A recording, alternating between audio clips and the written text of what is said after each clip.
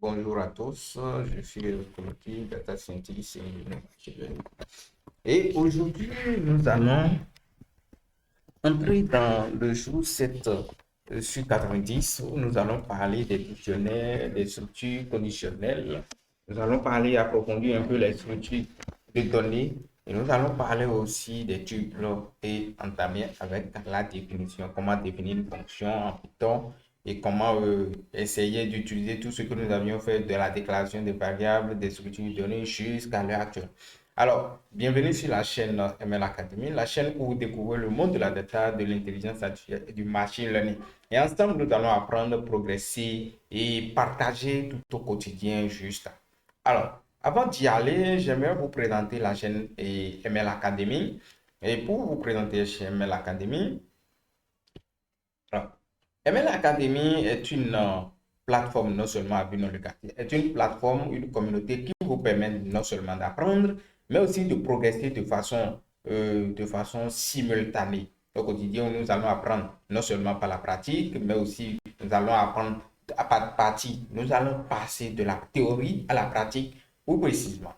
Alors donc, je vous présente, nous lançons à partir de le bootcamp, les inscriptions pour les bootcamps ont été lancées. Alors donc, je vais vous présenter rapidement le bootcamp et ce que c'est. Et après, vous avez le droit de vous inscrire gratuitement.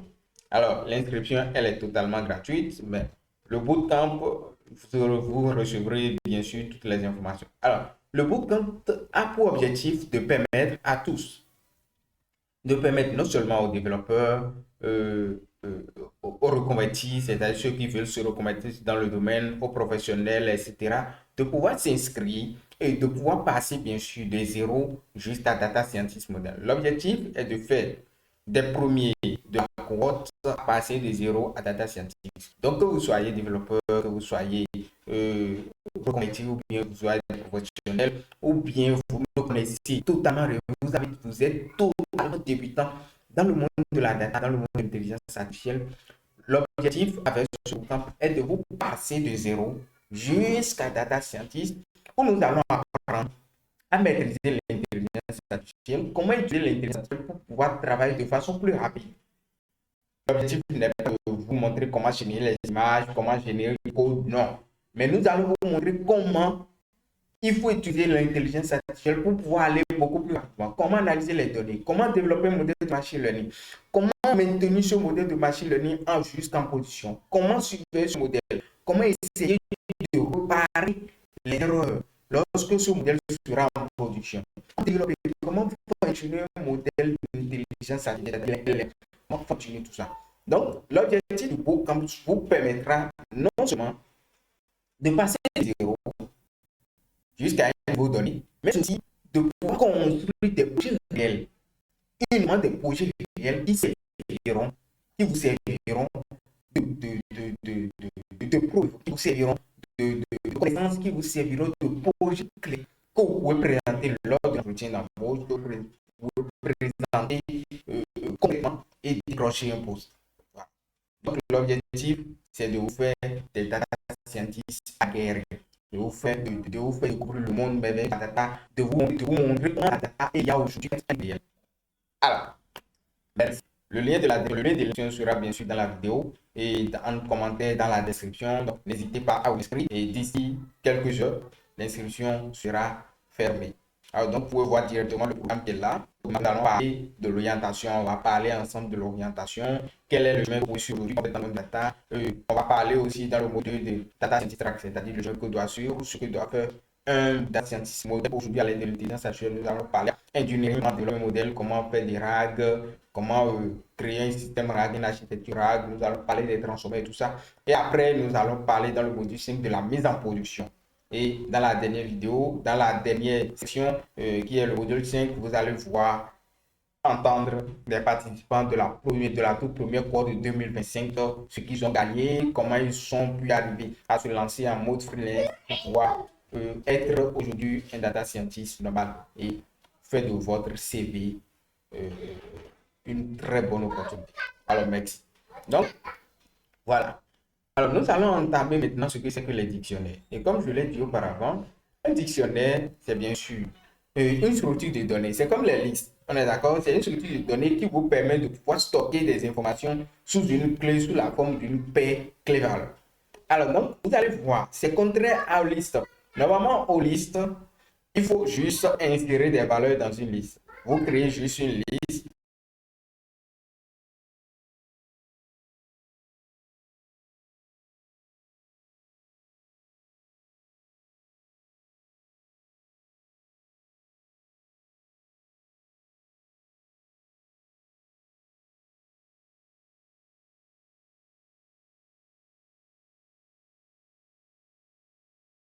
Alors, et dans cette liste, vous pouvez avoir plusieurs types de variables. Vous pouvez avoir que ce soit des données de type chaîne de caractères, d'entiers, des flottes, etc. Vous pouvez avoir n'importe quel type de valeur dans les listes. Mais par contre, avec les dictionnaires, il faut tenir compte d'une structure donnée. La structure qu'il faut tenir compte, c'est la structure paire clé-valeur. Je prends un exemple très simple. Vous prenez par exemple votre livre, ou bien votre dico, votre dictionnaire par exemple, et que vous voulez dessus vous voulez bien sûr chercher la définition de mot. Qu'est-ce que vous faites? Vous cherchez le mot en question, vous voyez, qu'est-ce que... Alors, je suppose par exemple que je veux chercher la définition du mot paranoïaque. Paranoïaque. On est d'accord? Voilà, je cherche la définition du mot paranoïaque. Alors, donc, quand je vois la définition du mot paranoïaque, cette définition, c'est la définition, c'est en quelque sorte une valeur. Donc, paranoïaque, c'est le mot. La définition que ça me donne, c'est la valeur. Ici, en dictionnaire, quand on va faire une analogie en dictionnaire, le mot ici, la clé ici, c'est paranoïaque. La valeur ici, c'est la définition à ce mot. Ouais, c'est bien sûr la définition à ce mot. Donc, c'est exactement de cette façon que se déroule, que se comporte, c'est de cette façon que les dictionnaires se comportent. Alors, on va prendre un exemple très simple. Je suis un élève en classe de terminale. D'accord? Pour un élève en classe de terminale, vous avez plusieurs matières, ou bien on a plusieurs matières. Mathématiques, les sciences physiques, les sciences économiques, la PC, les histoires, géographie, la philosophie, l'anglais, tout n'importe, les sports, etc. Donc, la première des choses, c'est quoi? Quand un professeur corrige ses copies, qu'est-ce qu'il vient? Il vient, il appelle, il dit, voilà, la clé ici, c'est la matière de l'élève ou bien la matière du professeur en question. Anglais. La valeur associée, c'est la note que l'élève a obtenue. Donc, c'est exactement ça. Alors, donc, on va voir comment déclarer un dictionnaire en Python. Et pour déclarer un dictionnaire en Python, vous allez voir, contrairement aux listes, normalement, avec les listes, pour déclarer normalement, c'est utiliser les accolades. Mais ici, en Python, quand vous voulez déclarer les variables, il faut, quand vous voulez déclarer, bien sûr, excusez-moi, un dictionnaire, il faut utiliser les accolades. D'accord, vous utilisez les accolades, bien sûr, comme ça, pour pouvoir déclarer un dictionnaire. Alors, donc, dans un dictionnaire, j'attribue une valeur à une clé. Une valeur, une clé, une valeur, une clé, une clé, une valeur, etc. Vous voyez? Donc, très rapidement, on va vérifier le type de dictionnaire. D'accord? Le type de ce dictionnaire en question, de cet élément ou bien de cet stockage d'informations. En quelque sorte, c'est comme une base de données parce que les bases de données sont constituées des clés paires valeurs et des paires clés valeurs. D'accord? Donc, type de dictionnaire. Alors, donc, je lance mon terminal. On va lancer le terminal rapidement. On va voir ce que ça donne. Donc, je mets ici. Je viens là.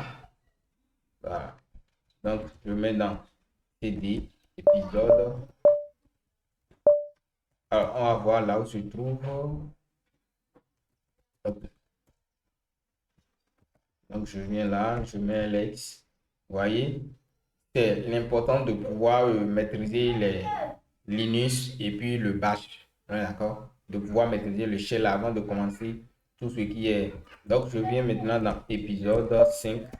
Parce que je suis dans l'épisode 5. On est d'accord? Je vais activer la variable et l'environnement virtuel. Alors, bien sûr, l'environnement virtuel se trouve par là, donc je vais d'abord l'activer. On est d'accord, on active d'abord l'environnement virtuel. Et puis, on revient. D'accord, je reviens maintenant, je mets épisode 5. Et là, maintenant, je vais exécuter. Donc, j'exécute bien sûr avec UV.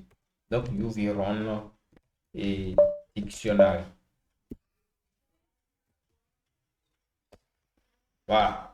Donc, vous pouvez voir directement que la classe qu'envoie les dictionnaires, c'est le type dictionnaire. On est d'accord, dict, c'est pour dire dictionnaire. Alors, donc, dix, c'est pour dire dictionnaire. Alors, donc, on a affiché le type de dictionnaire. D'accord? On a affiché le type de dictionnaire. Ce qu'on va essayer de faire, on va afficher après ça le dictionnaire en question. Le dictionnaire. On va voir comment le dictionnaire s'affiche. Print, note, élève. D'accord? Donc, on revient.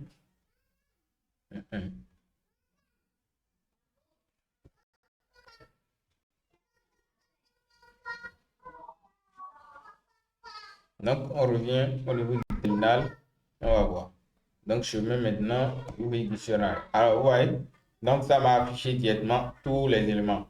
Anglais 15, chaque élément, chaque clé associée à sa valeur. Chaque clé associée, bien sûr, à sa valeur. On est d'accord. Alors, donc, on vient de voir comment créer un dictionnaire, comment vérifier le type de ce dictionnaire, est-ce que c'est un dictionnaire, etc. Alors, ce qu'on va faire maintenant, c'est de voir, de pouvoir extraire chaque clé et de voir sa valeur. D'accord? On va extraire chaque clé, c'est-à-dire on va essayer d'accéder à un élément de ce dictionnaire-là. D'accord? Et pour essayer d'accéder à un élément d'un dictionnaire, normalement, dans les listes, normalement, il faut appeler la variable. On appelle la liste en question. Après avoir appelé la liste en question, on donne l'indice. On est d'accord? On donne l'indice. Mais ici, par contre, dans les dictionnaires, ce n'est pas les indices qu'on va donner, mais plutôt on va essayer de prendre l'élément en question. On va essayer de prendre la clé et de pas afficher sa valeur. Donc, on va faire, on va ici accéder à un élément du dictionnaire. On est d'accord? On va accéder à un élément du dictionnaire. Et donc, pour accéder à un élément du dictionnaire, il faut print en parenthèse note élève, d'accord, note élève, et puis je vais accéder à l'élément anglais. On est d'accord? Je mets en griffe anglais. Et là, ça va m'afficher directement la note en anglais de l'élève. Donc, on vient dans le terminal, on ouvre, on voit. Donc, la note de l'élève en anglais est bien sûr 15. On est d'accord? Donc, si on désire encore afficher la note de l'élève en histoire, par exemple, on vient ici, on va mettre histoire. C'est tellement... On va afficher histoire. Donc, quand on met histoire, il va m'afficher directement 10. Donc, vous pouvez voir directement que histoire, la valeur est 10. Alors, donc, on a affiché 10, qui est la valeur. On a vu comment il faut accéder à l'élément accéder à un élément d'un dictionnaire. On est d'accord? Donc, on vient d'accéder à l'élément d'un dictionnaire. Qu'est-ce qu'on va faire maintenant? On va essayer maintenant d'ajouter un élément à ce dictionnaire. On va ajouter un élément à ce dictionnaire. Et pour ajouter un élément à ce dictionnaire, on va faire quoi? Donc, je vais mettre ajouter un élément au dictionnaire. Et donc, pour ajouter un élément à un dictionnaire, il faut d'abord une clé et une valeur. Il est important que vous sachiez ça. Vous devez afficher, vous devez attribuer la clé à sa valeur. Chaque clé avec sa valeur. Chaque clé sa valeur. En fait, c'est comme un père. C'est comme une femme et un homme. Sans la femme, vous n'avez pas l'homme. Sans l'homme, vous n'avez pas la femme. D'accord? Donc, ce qu'il faut faire, c'est je déclare, je prends d'abord ma variable là où je veux stocker l'élément en question. On est d'accord? Donc, je mets note élève. D'accord? Quel est l'élément que je vais ajouter?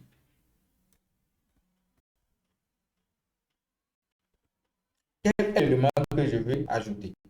Je vais dire PS. Alors, donc, je vais attribuer sa valeur et la valeur de l'élève en question, c'est 17. D'accord? Maintenant, je fais print. Donc, je vais afficher maintenant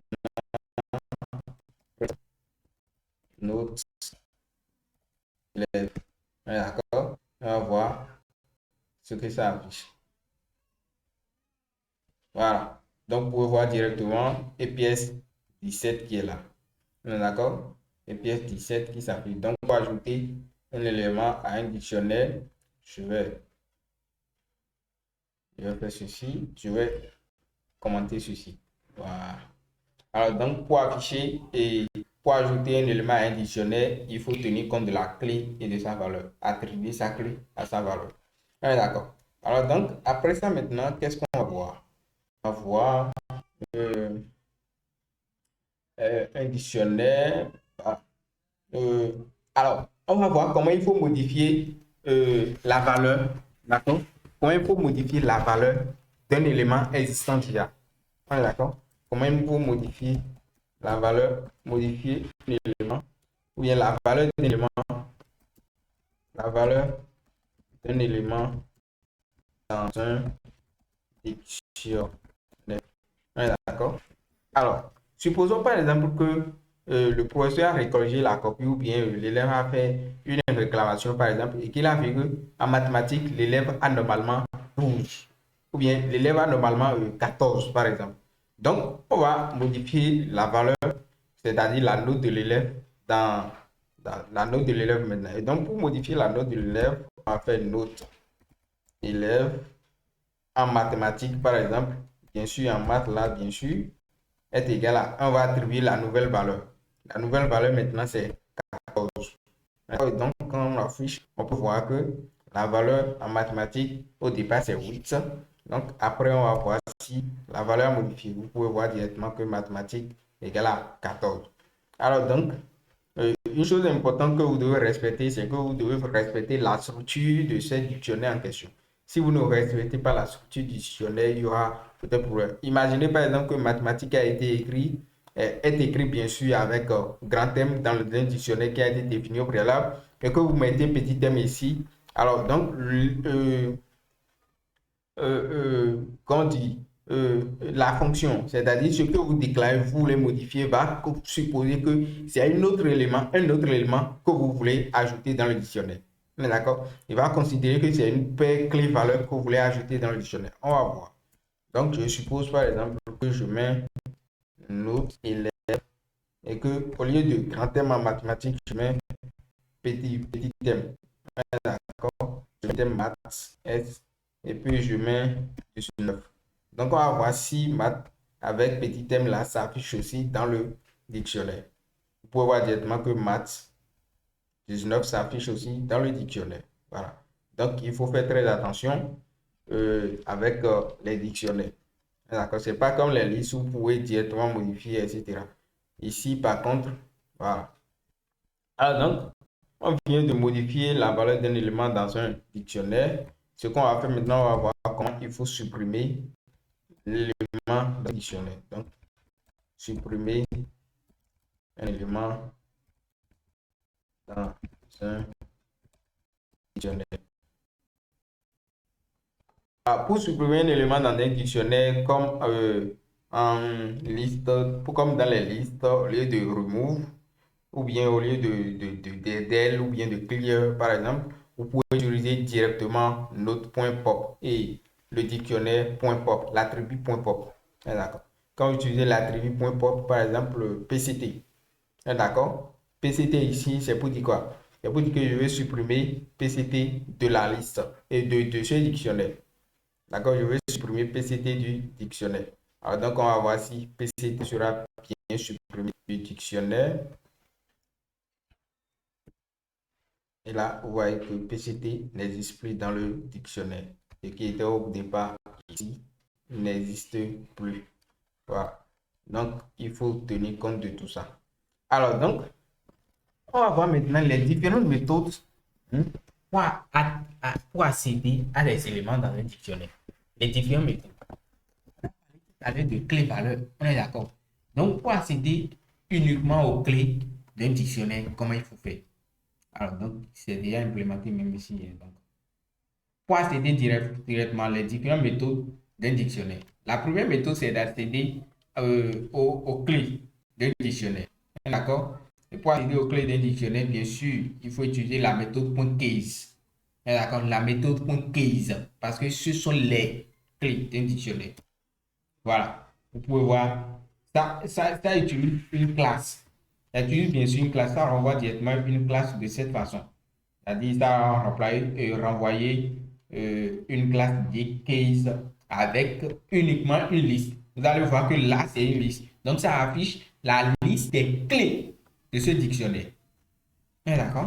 La liste des clés de ce dictionnaire. Vous pouvez aussi utiliser le point values. Le point values vous permet de faire quoi? Le point values vous permet d'afficher uniquement les valeurs. D'accord? Donc, on va voir les valeurs de les valeurs, les valeurs du dictionnaire uniquement. Donc, pour voir ça, après, print note élève.values. D'accord. Élève.values.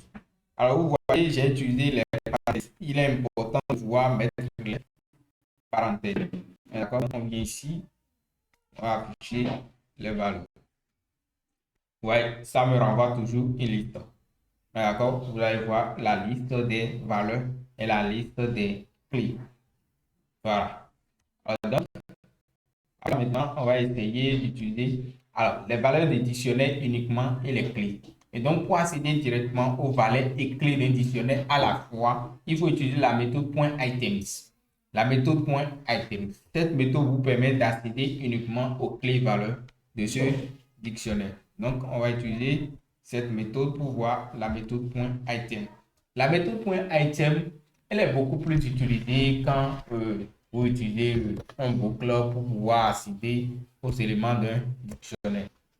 Voilà. Donc, vous pouvez voir dit item, il affiche sous forme étant d'un set, c'est-à-dire d'un ensemble d'éléments. Ouais, ça affiche ça comme étant un tuple. Ceci, c'est un tuple. C'est comme ça on définit un tuple normalement. La valeur attribuée à la clé et la clé valeur, la clé valeur, la clé valeur, etc. Donc, les items sont en quelque sorte des tuples. D'accord, sont en quelque sorte des tuples avec chaque clé attribuée à sa valeur directement dans une parenthèse. C'est comme un ensemble. C'est comme un ensemble. Ouais. Alors, donc, on vient de voir. Alors, qu'est-ce qu'on peut voir d'autre? Qu'est-ce qu'on peut voir d'autre dans un dictionnaire? Je viens à voir ce qu'on peut voir dans un dictionnaire. Alors, on va voir aussi la méthode. Il n'existe pas vraiment beaucoup de méthodes, mais bon, il n'existe pas beaucoup de méthodes avec les dictionnaires, mais voilà. On peut clear. Clear, c'est pour dire on va supprimer tous les éléments de ce dictionnaire. On complète tous les éléments de ce dictionnaire. Alors, d'autres méthodes, on peut faire la copie. Donc, faire la copie revient comme dans les listes, il faut copier les éléments de ce dictionnaire. On refait une copie des éléments de ce dictionnaire en question. Alors, donc, il y a la méthode .get. La méthode .get qui vous permet, au lieu d'utiliser la méthode note, note crochet et mettre la valeur dedans et mettre la clé dedans et obtenir sa valeur, vous pouvez utiliser la méthode .get. Cette méthode vous permet directement d'obtenir la valeur associée à cette clé. Donc, on va voir. On va mettre maintenant, je viens ici, je vais mettre print. Voilà. Donc, quand vous affichez cette valeur, attention.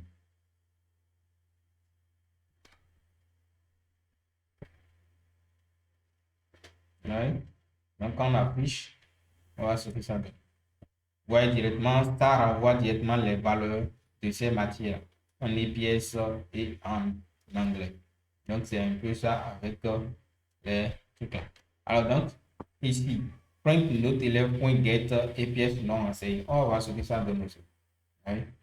On va voir ce que ça donne. Comme c'est une suggestion, oui, ça ne change rien pratiquement.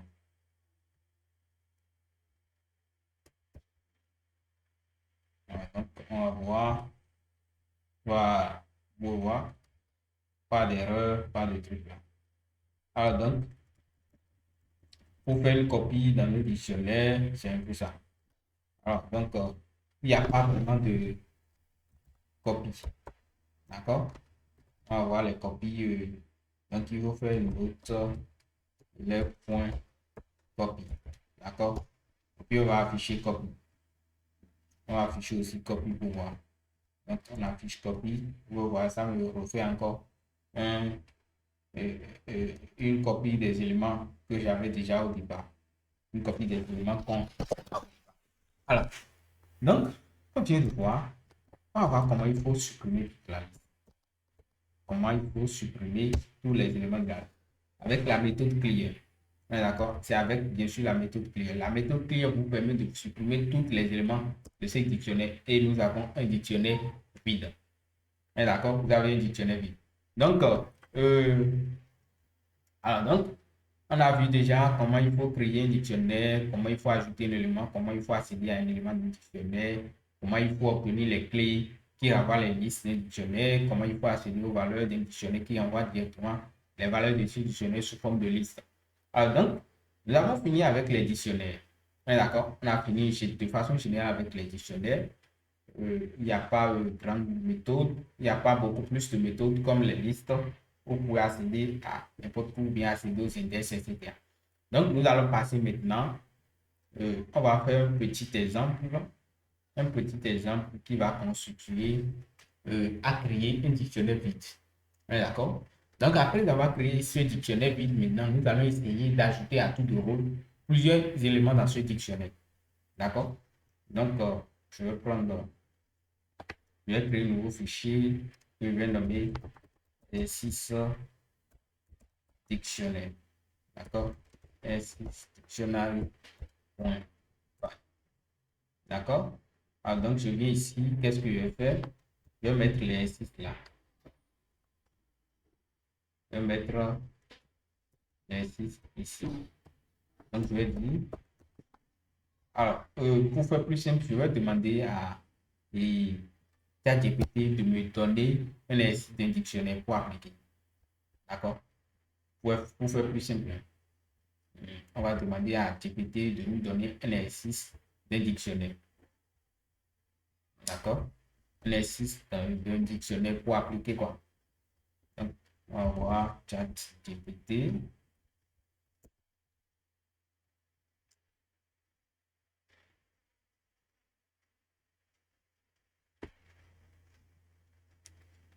On va voir très rapidement.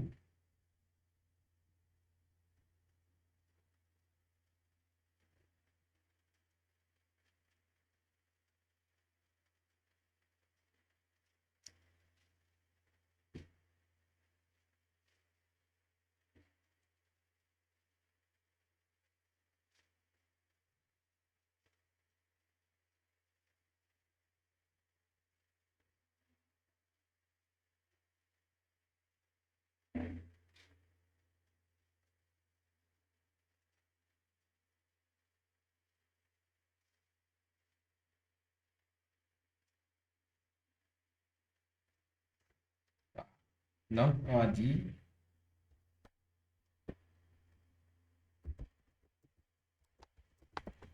un exercice au niveau débutant avancé des dictionnaires.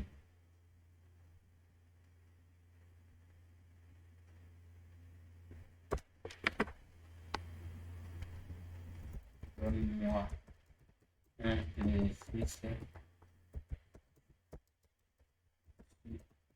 de dictionnaire pour un étudiant ou appelant du niveau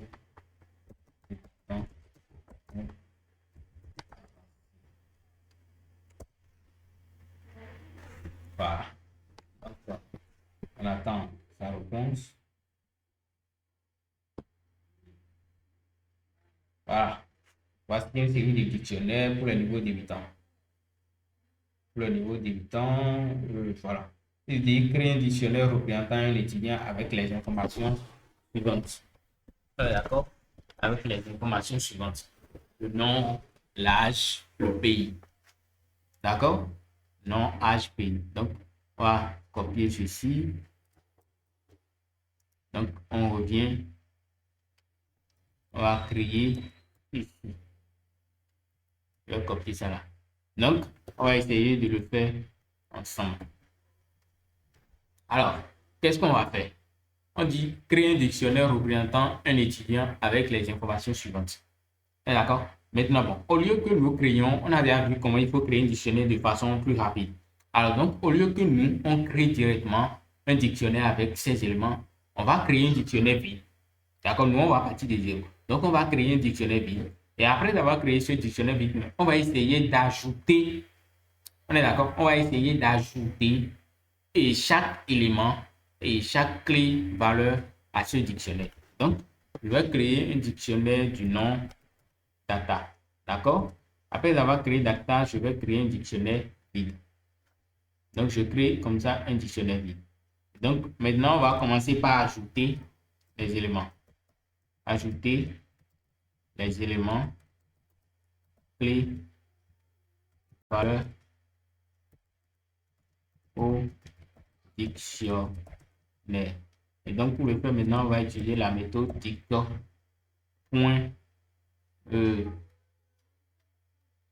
J'ai oublié la méthode .update. J'ai oublié la méthode .update que j'avais oublié de vous parler. On va utiliser la méthode .update. D'accord? La méthode .update qui vous permet de mettre à jour un dictionnaire. Oui? Donc, .update. Voilà, update. Et puis, je mets ici. J'utilise entre parenthèses d'abord. D'accord? On va utiliser entre parenthèses d'abord. D'accord? Alors, j'ai utilisé un dit .update. Qu'est-ce que je vais faire maintenant? Je viens. La connexion a fait que le truc, les suggestions là, empêche de pouvoir faire quelque chose. Voilà. Maintenant, on a fait un update. Qu'est-ce qu'on va faire maintenant? On va ajouter chaque élément dans ce dictionnaire. D'accord? Donc, on va mettre nom. Le point Eric. Alors, comme c'est une chaîne de caractères, on va le mettre comme ça. Après, quoi d'autre? Âge. Âge, c'est combien? Pour l'âge, c'est 2,25. Après ça, il y a filière, pays Bénin. OK. Pays, je vais mettre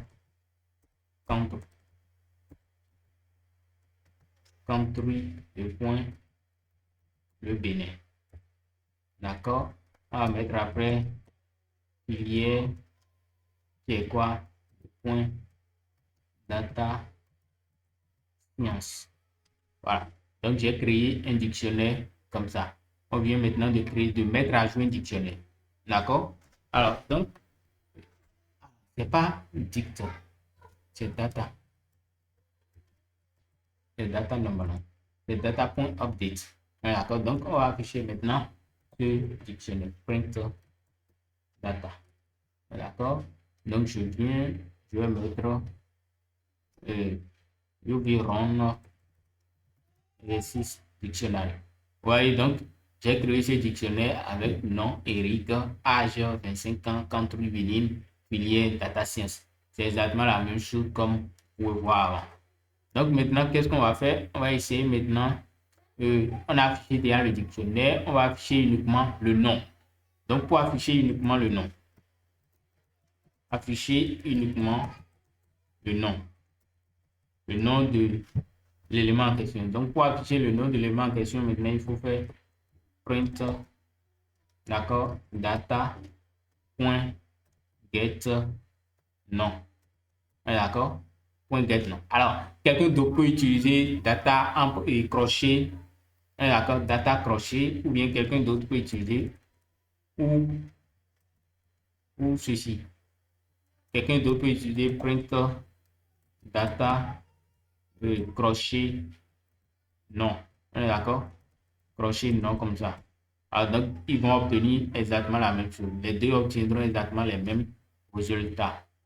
Oui, Eric. Oui, il a affiché le nom directement. Alors, après ça, maintenant, il faut afficher uniquement le pays. Et pour afficher uniquement le pays, on va utiliser cette méthode. Donc, je vais mettre country là. Je vais mettre country ici. J'espère bien que c'est ça. Donc, il faut afficher uniquement le pays. Et pour afficher uniquement le pays, Bénin. Voilà. Maintenant, vous pouvez voir, c'est très simple. Alors, maintenant, on va modifier l'âge en 26. Donc, l'âge était 25 ans. On va modifier maintenant à 26 ans. Et pour le faire, il faut utiliser juste la méthode. On va maintenant modifier l'âge. Et donc, pour modifier l'âge, je vais d'abord accéder à la clé. Et donc, pour accéder à la clé, je vais mettre print data. On est d'accord? Je vais mettre maintenant la clé et bien sûr l'âge. D'accord? Au lieu de 25, je vais lui attribuer maintenant la valeur 26. On est d'accord? Ah, attention, c'est pas pris. Donc, on va mettre data âge. D'accord? Âge égal à 26. Et donc, on vient ici maintenant. On va faire un print data. D'accord? Donc, on va voir que la date est modifiée. L'âge, bien sûr, est modifié à 26 ans. D'accord? Alors, donc, on vient de modifier l'âge. On peut aussi modifier l'âge d'une autre façon en utilisant le update. Donc, tu veux voir, on va voir data.update. D'accord? Update. On va mettre âge. Je vais voir, on va voir si âge 2.27. On va voir si le print. On va voir si le print data va afficher 27 par exemple. Alors, donc, vous pouvez voir directement que ça a affiché 27 ans. Donc, vous pouvez utiliser le point update aussi. Vous pouvez utiliser update pour mettre à jour un élément dans un dictionnaire. Vous pouvez mettre à jour un élément dans un dictionnaire, bien sûr. D'accord? Alors, donc, la valeur d'un élément dans un dictionnaire. Alors, on vient de voir deux façons de modifier un élément dans un dictionnaire. Ajouter la clé ville à la valeur Cotonou. Donc, on va ajouter la clé ville maintenant. Et pour ajouter la clé ville, on vient de voir comment il faut faire normalement. D'accord? Je vais mettre data. Alors, il y a plusieurs façons de le faire. D'accord? Ajouter la clé ville. On est d'accord? On va ajouter la clé ville égale à Cotonou à ce dictionnaire. Alors, pour le faire, je vais le faire de deux façons différentes. La première, c'est de mettre data et ville, c'est... Bon, je vais mettre ville tout simplement. Ville égale à Cotonou. D'accord? Ou bien, on va mettre un print data. Ou bien, on va utiliser aussi data.update. Voyez? Data.update. Et puis, je mets crochet, je mets ville. D'accord? Et quand je mets ville, je mets maintenant deux points Cotonou. D'accord? Ce sera exactement la même chose. On obtient exactement les mêmes résultats. On obtient exactement les mêmes résultats. Donc, on va voir. Vous pouvez voir, la première, c'est ville Cotonou. La deuxième aussi, c'est ville Cotonou. Donc, vous avez le choix entre utiliser ceci pour pouvoir l'afficher ou bien utiliser aussi ceci pour pouvoir l'afficher. Les deux, c'est la même chose. C'est les mêmes méthodes. D'accord? C'est les mêmes méthodes. 1000 chemins, comme on dit, 1000 chemins mènent à Rome. Alors, donc, on va supprimer maintenant la clé filière. Et donc, pour supprimer la clé filière, c'est très simple. Supprimer la clé filière. Donc, on va maintenant supprimer la clé filière. Pour supprimer la clé filière, on est d'accord. Il faut utiliser la fonction .pop. Donc, on va faire data.pop et on met la clé. D'accord? On met la clé tout simplement. Je vais mettre filière. Donc, ça supprime directement avec l'élément, avec la valeur en question. Et ceci va supprimer directement la clé et la valeur attribuée directement. D'accord? Donc, ça supprime la clé et la valeur directement. Vous pouvez voir directement qu'il n'y a plus filière dans le dictionnaire. Alors, donc, on vient de voir comment il faut supprimer, afficher maintenant toutes les clés. Et donc, pour afficher toutes les clés, afficher toutes les clés. Donc, pour afficher toutes les clés, on a déjà vu print data.case. D'accord? Pour afficher aussi toutes les valeurs, il faut mettre data, virgule, je vais mettre data.values. Voilà. Voilà. Voilà. Donc, il a affiché les clés, il a affiché les dictionnaires et les valeurs. Ouais, il a affiché directement les valeurs. Qu'est-ce qu'il reste à faire? Donc, on vient de voir. On va passer maintenant à l'exercice 2. L'exercice 2 consiste à faire quoi? La gestion d'une bibliothèque. On va créer un dictionnaire de livres représentant un livre. Le titre, l'auteur, l'année, le prix et si c'est disponible. Alors donc, question, modifie le prix, vérifie si la clé ISBN existe. Ajouter le champ ISBN, afficher toutes les informations avec une boucle. La gestion d'un étudiant. La gestion d'un étudiant consiste à faire quoi? Créer un dictionnaire d'étudiants avec son nom Alice et sa note. Ça, ce sont ces notes. On va calculer la moyenne, ajouter une nouvelle note, supprimer la petite note, la plus petite note, ajouter la moyenne et la meilleure note et afficher la moyenne. Alors donc, je vais vous laisser ceci comme étant l'exercice. Alors, ce que nous venons de faire, tout ça, ça s'applique dans notre vie quotidienne. Notre vie quotidienne, ça s'applique bien sûr. On est d'accord? Imaginez-vous par exemple dans un supermarché, quand vous prenez par exemple, ou bien vous achetez du hamburger.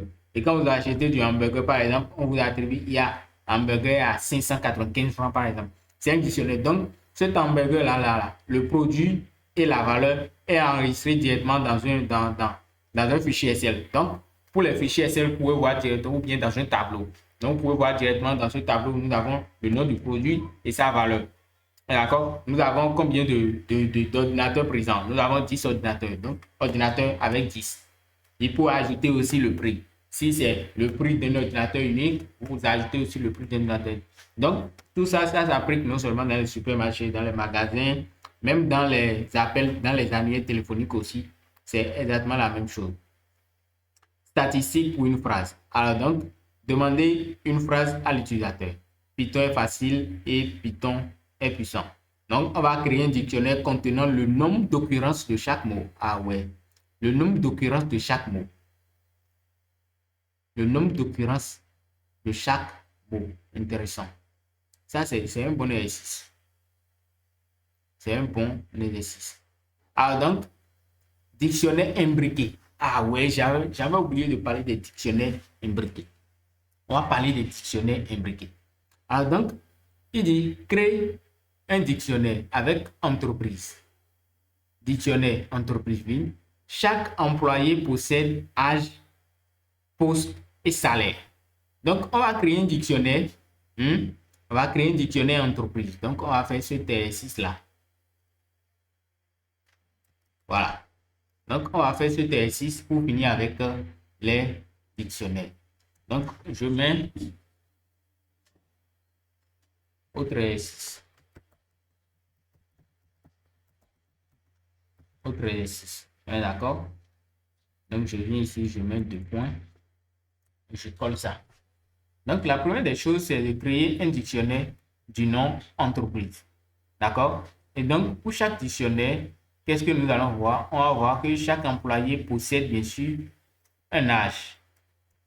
Chaque employé a un âge, un poste et puis un salaire. D'accord? Donc, on va s'amuser à créer ce dictionnaire. Donc, la première des choses, on crée le dictionnaire entreprise. Crochet. Alors donc, on va maintenant, dans ce dictionnaire, on va créer le nom de l'employé. est-ce qu'ils ont demandé le nom de l'employé, par exemple? Voilà, on va créer le nom de l'employé. Bien sûr qu'on doit créer le nom de l'employé. Donc, je mets le nom de l'employé. Je vais ajouter combien d'employés, par exemple? Je vais ajouter 3 employés. D'accord? Donc, pour ajouter 3 employés, je vais mettre entreprise. Je vais mettre entreprise point update. Ça, je vais utiliser. D'accord? En parenthèse. Alors, la première des choses, j'utilise un premier crochet. Le premier crochet me permettra d'attribuer la clé. Ça fait le nom. Je vais mettre Jean. D'accord? Quand je mets Jean, je mets 2 points. J'utilise encore un autre crochet. Alors, Jean, à quel âge? Jean a 25 ans. D'accord? Jean a 25 ans. Quel est son poste? Son poste, c'est AI Engineer. D'accord? Après ça, c'est quoi son salaire? Quel est son salaire? Son salaire, c'est peut-être salaire.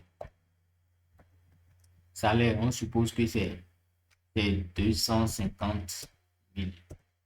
Voilà. Ça, c'est, je viens de finir avec le premier élément du dictionnaire. Ça, ce sont les dictionnaires. C'est là on parle des dictionnaires imbriqués. Là, ce sont des dictionnaires imbriqués. Donc, je vais ajouter un autre employé. Je vais mettre et quel nom par exemple? Je vais mettre PIS. D'accord? PIS, son âge. L'âge de PIS, c'est combien? L'âge de PIS, par exemple, c'est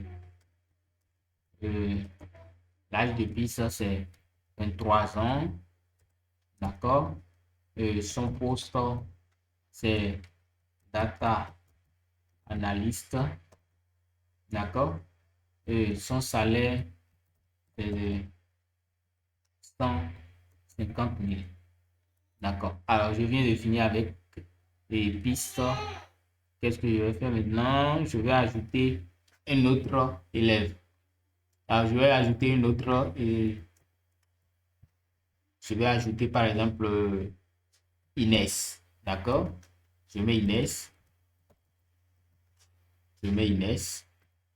Je vais maintenant ajouter ces éléments. Donc, son âge. D'accord? Son âge, c'est combien? 35 ans. D'accord? Je suppose que Inès a 35 ans. Son poste, c'est un poste comptable. D'accord? Comptable financier. D'accord? Après ça, j'ai son salaire. Son salaire est à 120 000. Voilà. Alors, je viens de créer un dictionnaire imbriqué comme ça. Ça, c'est un dictionnaire imbriqué. Donc, comme l'a mentionné ChatGPT, vous pouvez voir directement un dictionnaire imbriqué. C'est comme ça, ça marche. Oui. Donc, la question maintenant, c'est d'ajouter un employé. Donc, on va ajouter en plus de ça un employé après. Supprimer un salaire, supprimer un employé, afficher tous les employés. Et après, on va afficher le salaire moyen. OK. Donc, c'est fait. On va afficher maintenant entreprise. Donc, on va faire maintenant print. D'abord, je vais afficher le type de entreprise. Type de entreprise. D'accord? Donc, pour le faire, je vais commenter tout ceci. On va commenter tout ceci. D'accord? Pour avoir l'espace plus simple. Donc, je vais d'abord afficher type. C'est un dictionnaire pour voir directement que c'est un dictionnaire. Maintenant que c'est un dictionnaire, on va afficher l'entreprise. On va afficher le dictionnaire entreprise. Donc, on vient, on affiche entreprise. Ouais. Jean, son âge c'est 25 ans, son poste et ingénieur. On a toutes les informations sur Jean. On a tout aussi les informations sur Pierre. On a aussi toutes les informations sur Inès. Vous pouvez voir directement la structure, comme c'est un dictionnaire. Alors donc maintenant, on peut ajouter, est-ce qu'on peut ajouter directement un élément à ce dictionnaire? est-ce qu'on peut ajouter un autre employé à ce dictionnaire? Ah. Donc, pour ajouter un employé aussi à ce dictionnaire, il faut utiliser la fonction .update. D'accord? Il faut utiliser la fonction .update. Ajouter. Donc, on va mettre ajouter. Ajouter un élément, un employé, bien sûr. Un employé. Je suppose, par exemple, qu'on vient de recruter, et par exemple, on vient recruter, comment on appelle, un nouveau employé dont son nom est Dupont. D'accord? Son nom c'est Dupont. Il a l'âge, son âge, c'est quel âge par exemple? Son âge, c'est Dupont a 22 ans. D'accord? Son poste, comme il est jeune, on va lui attribuer un poste de développeur. Lui attribuer un poste de développeur. Alors, son salaire de développeur, comme il est jeune, il n'a pas besoin de beaucoup d'argent. Son salaire de développeur, c'est par exemple 200 000. D'accord. Voilà. Donc, maintenant, on revient. On va afficher entreprise. On va afficher entreprise. Donc, je viens là, j'affiche entreprise. Je viens. Et voilà. Il y a Dupont qui a ajouté son âge, développeur, etc. Donc, on revient ici maintenant. Ah, ce qu'on va faire maintenant, c'est de voir. On va modifier le salaire de. Alors, je suppose que Jean est resté dans l'entreprise jusqu'à ses 30 ans. Donc, il a fait 5 ans dans l'entreprise. Donc, on va plutôt augmenter son salaire jusqu'à 700 000. D'accord? Au lieu de 250 000, il est parti directement à 700 000. Donc, pour modifier maintenant l'âge et le salaire de Jean. Donc, on va modifier le salaire de Jean à par exemple 700K. D'accord? Donc, qu'est-ce qu'il faut faire? Il faut faire entreprise. Point. Alors, comme c'est un dictionnaire imbriqué, alors donc on avait utilisé update. D'accord? Donc, je vais mettre entreprise Jean. D'accord? Entreprise. On va tester ça pour voir. Je vais mettre entreprise Jean. D'accord? Alors, le champ, est-ce que c'est avec grand G? Champ. Je vais mettre en plus comme ça. Je vais mettre salaire. D'accord?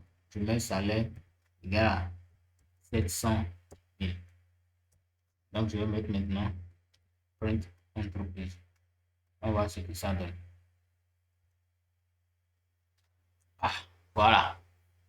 Vous pouvez voir directement que Jean, âge 25 ans, poste et ingénieur, salaire 700 000.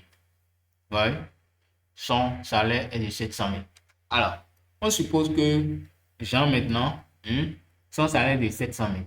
Alors, mais maintenant, voilà que Dupont, quand il est venu dans l'entreprise, très rapidement, il a démontré ses compétences. D'accord? Il a démontré ses compétences. Et donc, après avoir démontré ses compétences, maintenant, on lui a attribué le poste de lead développeur. Donc, non seulement il a pris un âge, mais aussi son poste, il est quitté de développeur simple, tout simplement à lead développeur. Et son salaire a augmenté de 300 000. Donc, il a une augmentation de plus de 30% ou bien de 90% et de 60% par exemple. Et son salaire au lieu de 200 000, il est parti à 500 000. Donc, on va essayer de modifier aussi, de mettre à jour l'âge, le poste et puis son salaire. D'accord? Donc, mettre à jour l'âge, le poste et le salaire de Dupont. Le salaire de Dupont. Donc, pour le faire, c'est très simple. Est-ce qu'il faut utiliser ceci? On le fait de façon manuelle, comme ça, je mets Dupont. C'est bien Dupont, hein? C'est comme ça, oui. Est-ce qu'il faut le mettre comme ça et je mets l'âge, parenthèse et crochet âge égal à. Il a évolué juste, il a fait 3 ans dans l'entreprise ou bien 2 ans plus, donc il a 24 ans. D'accord? En plus, je reviens encore. Et donc, je reviens là. Qu'est-ce que je fais? Je vais mettre maintenant. Donc, je mets toujours Dupont, mais son poste, ce n'est plus développeur, mais plutôt leader développeur. Lead développeur. Donc, quand ici, son salaire, quant à lui, maintenant, son salaire maintenant est augmenté de 300 000. Donc, on va mettre salaire 300 000. Alors, comme ça, on est d'accord que ça va marcher. D'accord? On est d'accord que ça va marcher, mais on va voir. Moi, je ne suis pas sûr que ça va marcher, mais voilà. Il faut tout tester. Ah, voilà. Qu'est-ce qu'on peut voir? Dupont, âge 24 ans, poste, lead développeur, salaire 50 000 et 500 000 plutôt. Alors, vous pouvez voir directement. Alors, la question est de savoir est-ce qu'il y a bien une autre méthode de pouvoir le faire? Est-ce qu'il y a bien une autre méthode de pouvoir le faire? Alors, donc, je vais soumettre directement ça à ChatGPT. D'accord? Je vais soumettre mon résultat à ChatGPT. D'accord? Moi, je soumets mon résultat à ChatGPT. Je soumets mon résultat à ChatGPT. Attention. L'instant, la connexion.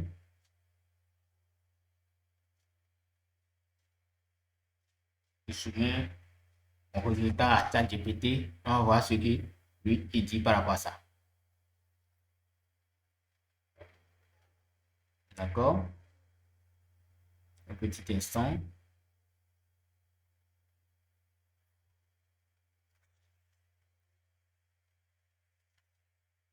Donc, je vais soumettre mon résultat à ChatGPT.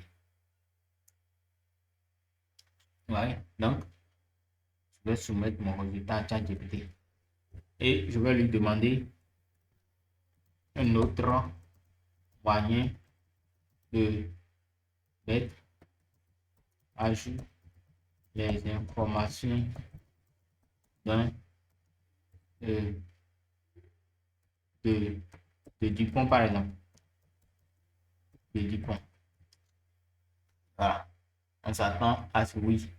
Comme entreprise, Dupont est lui-même un dictionnaire. Tu peux le mettre à jour en une seule. Voilà. Ouais. Comme entreprise, Dupont et encroché Dupont est lui-même un dictionnaire. Tu peux le mettre à jour en une seule fois avec la méthode .update. Voilà.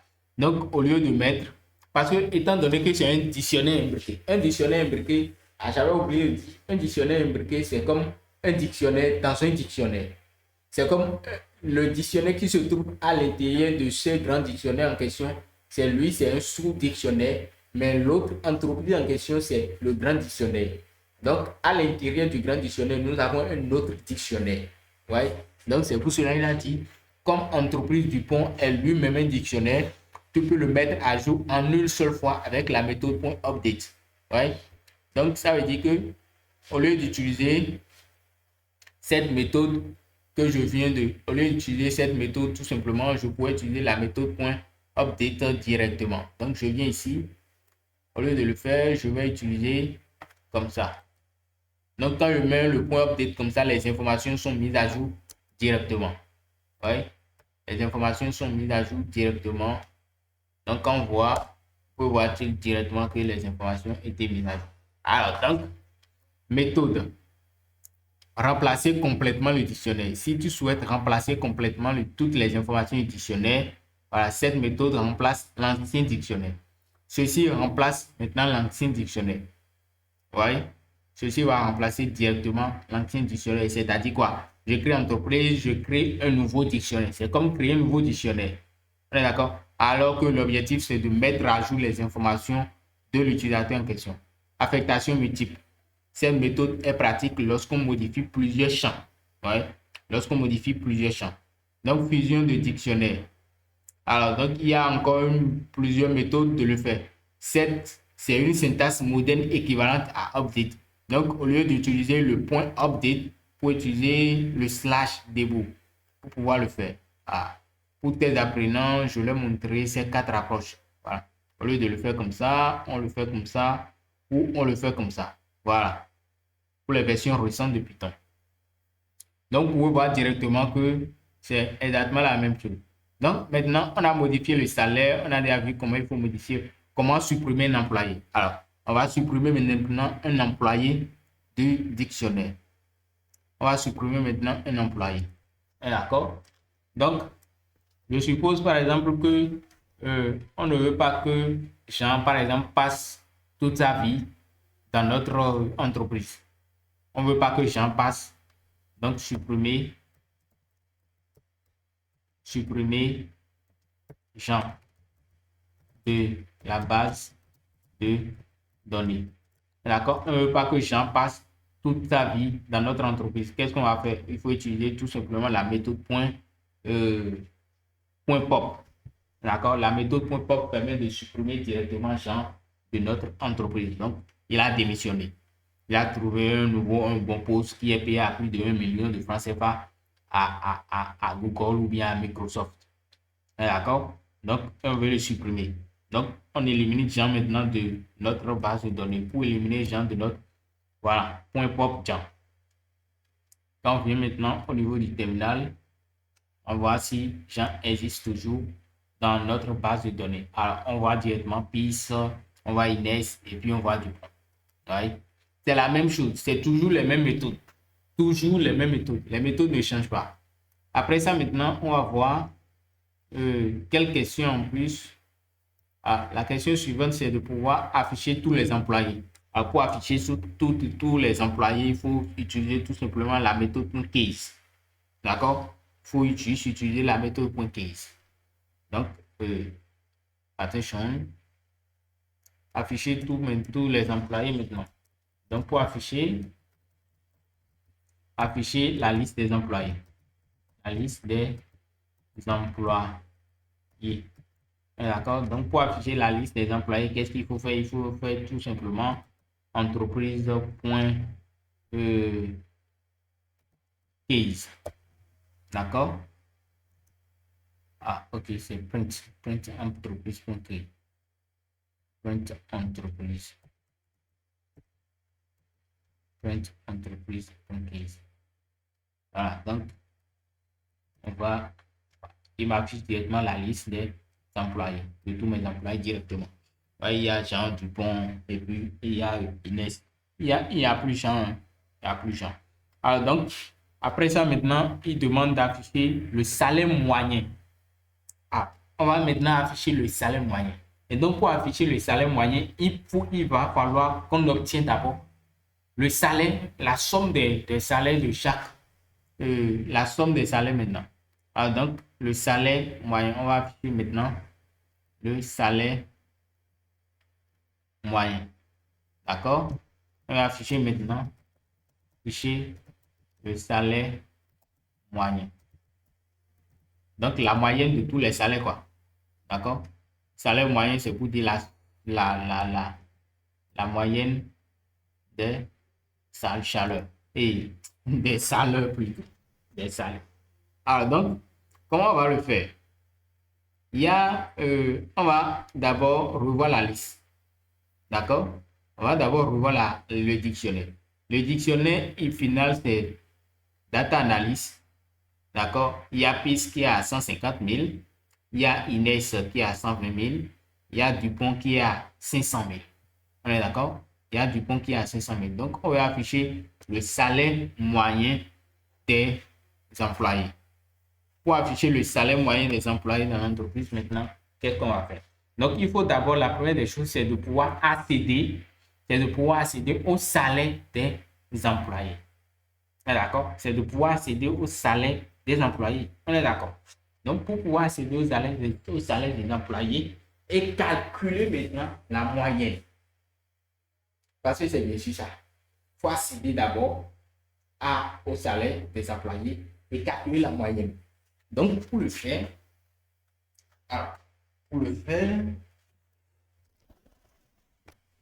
donc, on va voir, je vais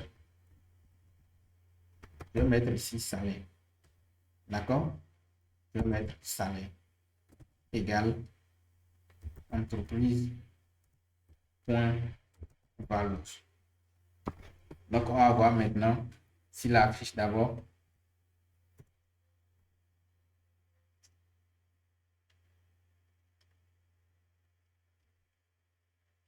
print salaire. Est-ce qu'il a affiché d'abord le salaire? Alors, au lieu d'afficher le salaire, qu'est-ce qu'il a fait? Il a affiché un dictionnaire de l'X et voilà. Donc, de tout directement. Ah, donc, je vais mettre entreprise salaire. D'accord? Entreprise salaire point valeur. On va voir si c'est possible. Hein. Ah, donc, ok, impossible. Parce que ce n'est pas une clé. Oui, ça c'est vrai. Ce n'est pas une clé. Ce n'est pas une clé. Donc, je vais voir.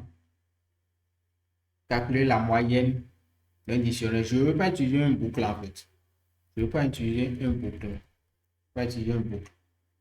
Donc, je vais mettre afficher le salaire moyen sans utiliser un boucle.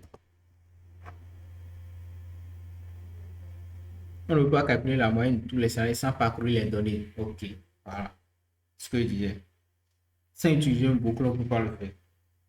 On ne peut pas le faire vraiment. Parce qu'il faut d'abord accéder au salaire des employés d'abord. Voilà. Donc, c'est là maintenant, on entre en jeu. Ah, bien sûr. Bien sûr qu'on peut le faire avec la fonction map. Avec la fonction map. Mais seulement que la fonction map là entre aussi dans la catégorie. Oui, oui, oui, oui, oui. Avec une compréhension de liste. Alors oui, on peut le faire. Je vous montre. On peut le faire avec l'utilisation des listes, des compréhensions de listes.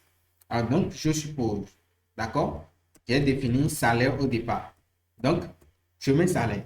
On est d'accord? Donc, pour entreprise, ou bien pour, d'abord, la première des choses, la compréhension d'une liste revient à utiliser, c'est bien sûr un boucle. C'est bien sûr utiliser un boucle, mais de façon littérale. On est d'accord, de façon littérale, c'est-à-dire de façon plus simple. En une seule ligne seulement, on peut parcourir directement plus de milliers de listes à la fois. D'accord? On peut parcourir plus de milliers de listes. Donc, notre objectif ici sera de faire quoi?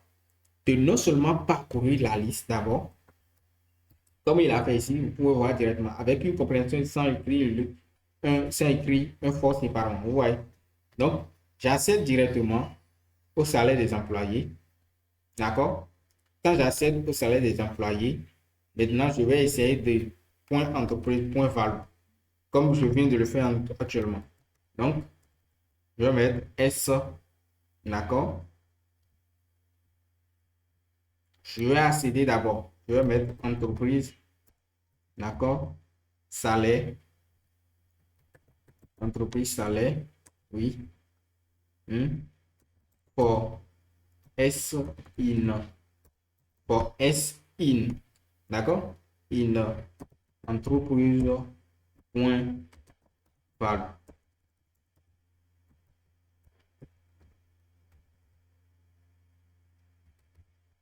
Ceci, ça va être S. Pourquoi ceci va être S? Parce que non seulement d'abord, j'accède aux valeurs de l'entreprise. Les valeurs de l'entreprise, ce sont uniquement les salaires, ou bien, ce sont uniquement les salaires. Donc, j'accède aux valeurs de l'entreprise. Après avoir accédé aux valeurs de l'entreprise, maintenant, il va extraire maintenant ce qui est salaire dedans. Extraire ceci, c'est pour accéder uniquement au salaire. Ouais. Donc, quand il accède au salaire maintenant, on va afficher pour voir le salaire. Donc, il a extrait le salaire. Ouais, maintenant, et là, maintenant, on peut calculer maintenant la moyenne.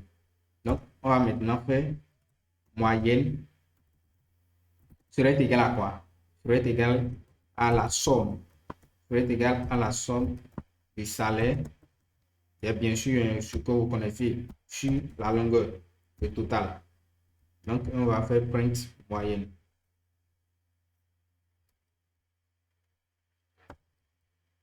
Print moyenne. Et la moyenne des employés, ou bien le salaire moyen est de 256,66 000. Donc, environ 256 000. D'accord? Bien 256 000, bien 257 000 francs pour le salaire moyen des employés. Alors donc, on vient de finir comme ça avec ce qui est dictionnaire pour voir comment on peut accéder au dictionnaire. Alors donc, ce qu'on va faire dans le tuto, la suite du tutoriel serait de passer maintenant aux structures conditionnelles. D'accord? Alors donc, merci d'avoir suivi la vidéo jusqu'à la fin.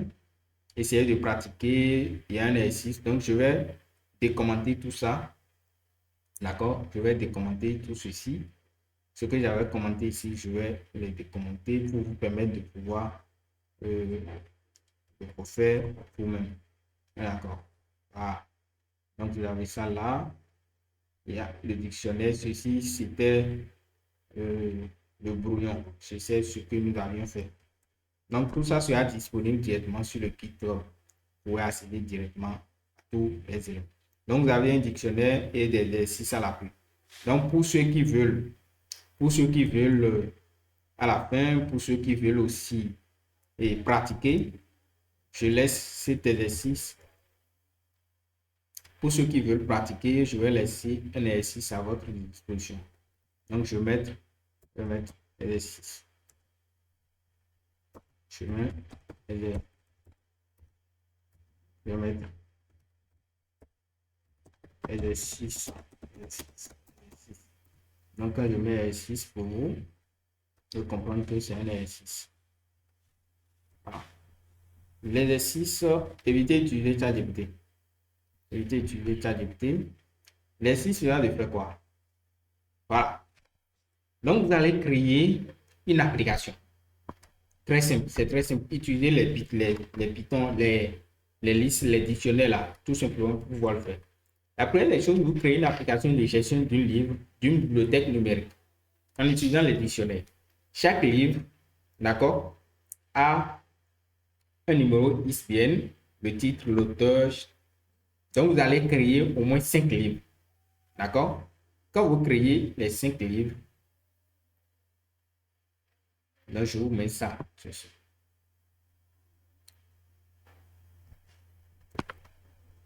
Voilà.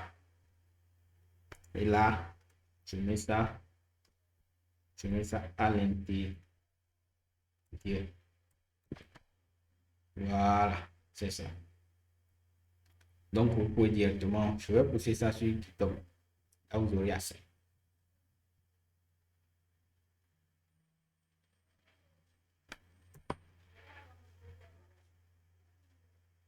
Donc, vous avez accès directement à ça. D'accord. Vous avez directement accès à ça. Et vous pouvez voir les exercices à l'intérieur que vous pouvez faire vous-même. Alors, donc, merci d'avoir suivi la vidéo jusqu'à la fin. C'était Eric Claudi, data scientist, ingénieur machine learning. Et nous venons de terminer avec ce que c'est que les dictionnaires.